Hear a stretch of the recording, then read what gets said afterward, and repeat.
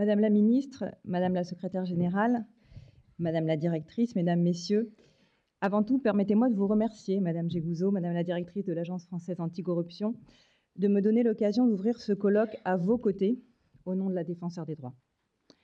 Il y a derrière cette invitation, je crois, un choix symbolique quant à la manière d'aborder le sujet de l'alerte.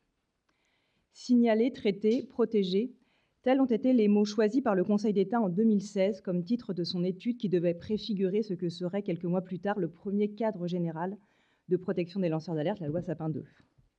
Ce sont, je crois, ces trois idées qui sont mises en avant aujourd'hui, et à juste titre.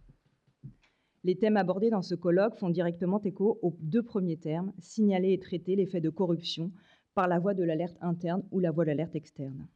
On est là au cœur des missions de l'Agence française anticorruption en tant qu'agence de contrôle de la mise en place des dispositifs internes de lutte contre la corruption et en tant qu'autorité chargée du contrôle externe dans le domaine de la probité. Le signalement est une démarche éthique, de recherche, de vérité, de rétablissement de la légalité. Entreprise à titre individuel, elle sert l'intérêt de tous. C'est la raison pour laquelle le signalement doit être favorisé, mais aussi sécurisé.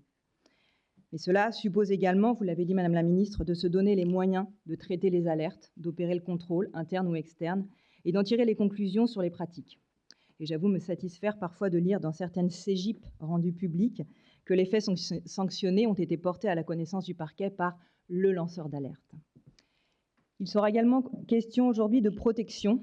L'alerte en tant qu'outil de lutte contre la corruption passe en effet aussi par la sécurisation du parcours des hommes et des femmes qui s'engagent dans une démarche de signalement. De cette sécurisation, protection ou accompagnement dépend la confiance dans les dispositifs d'alerte. Le défenseur des droits est confronté et met en œuvre chacun de ces trois aspects du droit de l'alerte. Autorité publique constitutionnelle, dont la mission consiste à veiller au respect des droits et libertés, le défenseur des droits agit par la médiation, le droit souple, l'intervention au contentieux. Et à partir de constats qu'il dresse dans ce cadre, il peut également formuler des recommandations générales pour faire évoluer les pratiques et le droit, pour renforcer la protection de ces droits et libertés. Le défenseur des droits est chargé du respect des droits et libertés des lanceurs d'alerte depuis 2016, depuis la loi Sapin II. Cette mission conduit l'institution à la fois à protéger les auteurs de signalement, mais plus généralement, et aujourd'hui encore plus, depuis la loi Wasserman, à accompagner les démarches d'alerte et leur prise en charge. Je voudrais insister sur le fait que le besoin de protection des lanceurs d'alerte est une réalité. Très souvent, les auteurs de signalement sont des témoins de l'intérieur des institutions dénoncées. Agir est pour eux une réelle prise de risque. En effet, pour reprendre les mots de Daniel Lochac, alerter, c'est briser la consigne du silence, rompre la solidarité de corps, faire un acte d'insubordination et donc, dans une acception large du terme, désobéir. Vis-à-vis des collègues, c'est aussi parfois rompre une forme d'harmonie, désorganiser, déstabiliser un environnement professionnel, ce qui n'est jamais sans conséquence. En réaction, l'environnement des lanceurs d'alerte peut leur être hostile et engager des représailles à leur encontre. Les formes que prennent ces représailles sont variées mais se rencontrent le plus souvent dans le cadre professionnel. On pourrait citer à titre d'exemple le licenciement pour faute d'un directeur général à la suite de signalements adressés à sa hiérarchie concernant un détournement de fonds publics et l'exercice illégal d'une activité bancaire sans agrément. D'un autre, licenciement également qui dénonce des faits d'abus de biens social et de fraude de son employeur. Ou encore la fin de détachement sur un emploi fonctionnel d'un directeur général des services, auteur d'un signalement d'une illégalité. Autant de dossiers réels traités par le défenseur des droits qui illustrent le phénomène de représailles à l'encontre des lanceurs d'alerte. Le principe de liberté d'expression, de rang constitutionnel et conventionnel, ainsi que la loi, depuis 2016, interdisent pourtant de telles mesures. Et l'une des missions du défenseur des droits consiste à faire en sorte que ces règles soient pleinement respectées. Désormais bien identifiée, près de 800 saisines par an, avec un rythme de croissance très important, l'institution met au service des lanceurs d'alerte les pouvoirs d'investigation qui sont les siens. Ces outils, ainsi que le débat contradictoire qu'il engage pour établir la réalité des représailles, donnent à la parole du défenseur des droits un point certain, qu'il agisse par voie de recommandation ou d'observation en justice. En tant qu'amicus curiae, l'institution cherche par ailleurs à porter certains sujets devant les juridictions, notamment les cours suprêmes, en soulignant les enjeux du point de vue de la protection des droits. Hier, devant la Cour de cassation, le sujet de la mission du juge des référés face à un lanceur d'alerte. Aujourd'hui, devant le Conseil d'État, l'application dans le temps de la loi du 9 décembre 2016. À venir, il faut l'espérer, des précisions sur la prise en compte dans l'appréciation de la sanction d'un agent à raison d'une attitude inappropriée, du fait que ce dernier avait alerté sans jamais être écouté. Depuis 2022, le défenseur des droits peut également agir en dehors de toute représailles, dans l'objectif de prévenir celle-ci, mais également de conforter la personne qui le saisit sur le fait qu'elle a bien agi dans le cadre de la loi et peut donc bénéficier du cadre légal protecteur, interdiction de représailles, aménagement de la charge de la preuve, irresponsabilité civile et pénale en lien avec les faits objets de l'alerte. Et à titre d'exemple, le défenseur des droits a certifié, en tant que lanceur d'alerte, un banquier ayant remis en cause auprès de la direction des risques la légalité de certaines pratiques de commercialisation auprès de publics vulnérables, au sein de l'établissement qui l'emploie, le directeur d'un centre de santé médicale et dentaire, dénonçant à ses supérieurs de majeures incohérences de facturation de la part des praticiens du centre. Le rôle de l'institution dans cette affaire n'a pas été de remettre en cause une situation de représailles qui parfois n'existait pas encore, mais de mettre en mesure l'auteur du signalement de se saisir pleinement de ses droits le moment venu. Il s'agit là d'une modalité d'intervention très intéressante que nous utilisons une quarantaine de fois par an depuis 2023, laquelle permet le cas échéant aux lanceurs d'alerte de mobiliser le moment venu le cadre légal qui leur est destiné.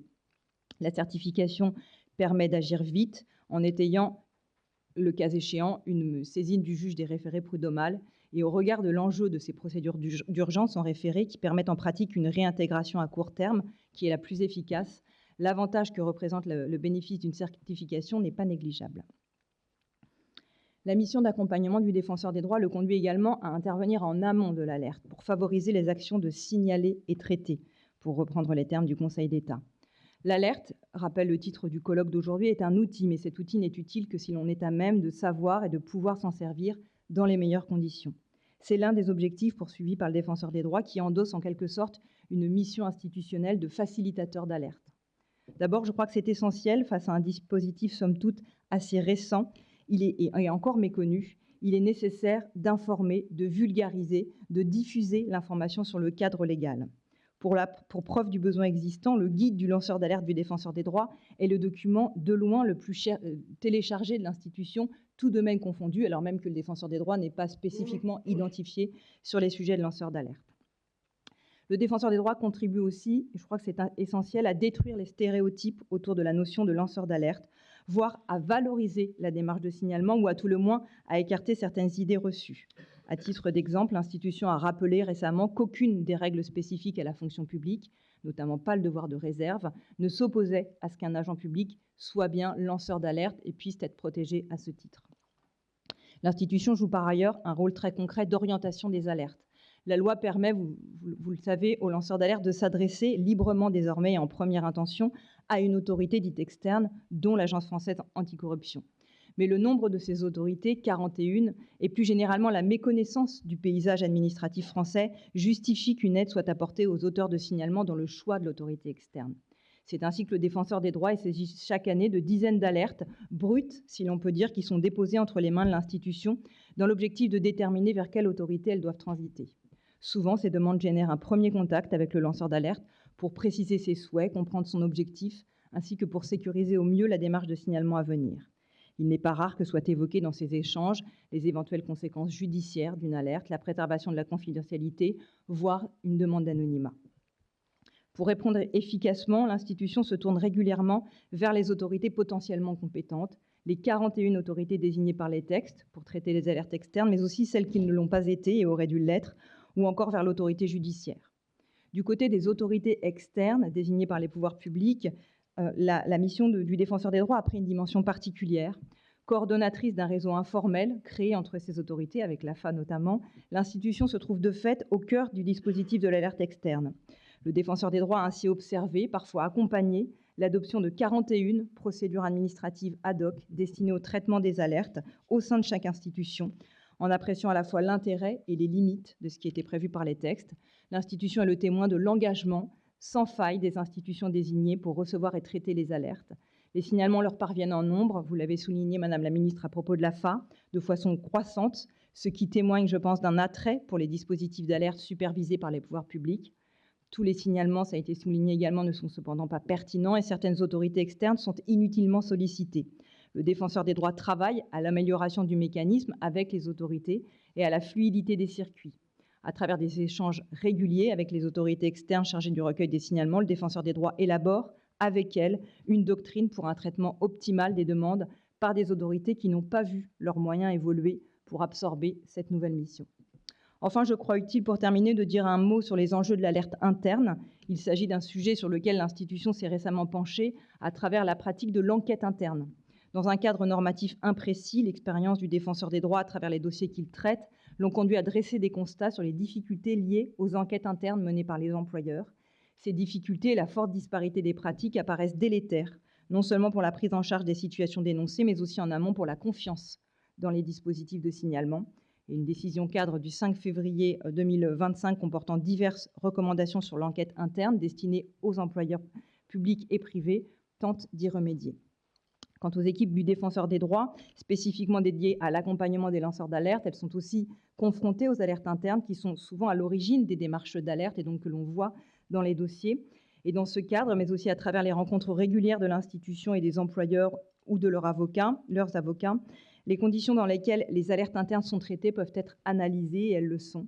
La question de la confidentialité, notamment, dont il sera question aujourd'hui, apparaît cruciale, comme celle de la transparence dans les conditions du traitement des signalements.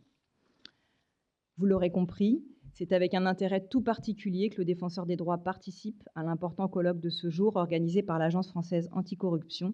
Et je vous remercie encore, Madame Gégouzot, Madame la directrice, et souhaite à toutes et tous de fructueux échanges.